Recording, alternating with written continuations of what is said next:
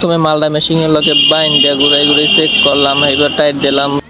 Tight tweet দেওয়ার পর এককাল ঠান্ডা মাথায় সব কিছু এককাল রিল্যাক্সে নিচে নামাইয়ে থুই দিলাম মেশিন স্টার্ট। প্রথমে সামনে তার কাটতে লইলাম, তাতে করে কোনো উঁচু ঠেলা না থাকে। দুই আইতে সাইপে ধরে মেশিনটা থামাইলাম, যেটা কাঠ মইরে মেশিনের লগে লাগাইয়া তা টাইট দিয়ে এবার দিলাম চালাইয়া।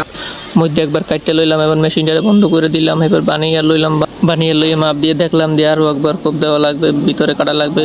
দিলাম মেশিনটা চালাই। মেশিন তো চলতে আছে, কিরম তারা ঘুরতে আছে তো দেখতেই পেতেছেন। লন্ডাতে দেখেন কিরম তারা ঘুরতে আছে। মধ্যের কুল কাটা শেষ, উপরের কুল কাটবো। উপরের সাইড কাটা শুরু করে দিলাম। আপনারাও একটু দেখেন কিরম কি করে কাটতে আছে, কি করতে আছে, কিরম কি কাটতে আছে একটু দেখেন। লম্বার মাপ যতখানি লাগবে অতখানি কাটার পরে মেশিন অফ করলাম, অফ করে বানিয়ে দিয়ে মাপ দিলাম, মাপ দিয়ে দেখলাম ওকে এ দিয়ে আরও কাটা লাগবে। কথা না কইয়ে দিলাম, মেশিনটা চালাই আবার কাটা শুরু করে দিলাম। এই জিনিসটা বানাই যেটার মধ্যে ঢুকো ময়ূরের লম্বার মাপ লই, মাপ দিয়ে একটু চেক করলাম।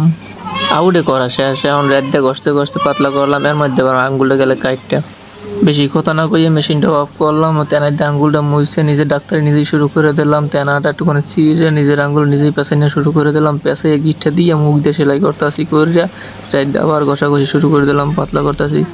এবার সিরিজ দিয়ে ঘষতে আসি, ঘষলাম। এবার সিলিন্ডার ঢুকিয়ে চেক করতে আসি, চেক করার পর আউট সেন্টার দিয়ে মাপ দিতে আসি, মাপ দেওয়ার পর ফেস করতে আসি, ফেস করার পর এখন হ্যাসকো দিয়ে কাটতে হইবে। হ্যাসকো দিয়ে কাটা শেষ। জিনিসটা টাক দিয়ে ছুড়াইতে হইবে, টাক দিয়ে ছুড়াইলাম। এবার সিলিন্ডারের মধ্যে মাপ দিয়ে দেখলাম ডোজ সেম আছে কিনা, জাম ঢুকবে কিনা। কাজ শেষে একটুখানি আঙ্গুলের প্যান্টিসটা ছুড়াইলাম, ছুড়াইয়া দেখলাম যে কত কাটছে, একটুখানি কাটছে, বেশি না।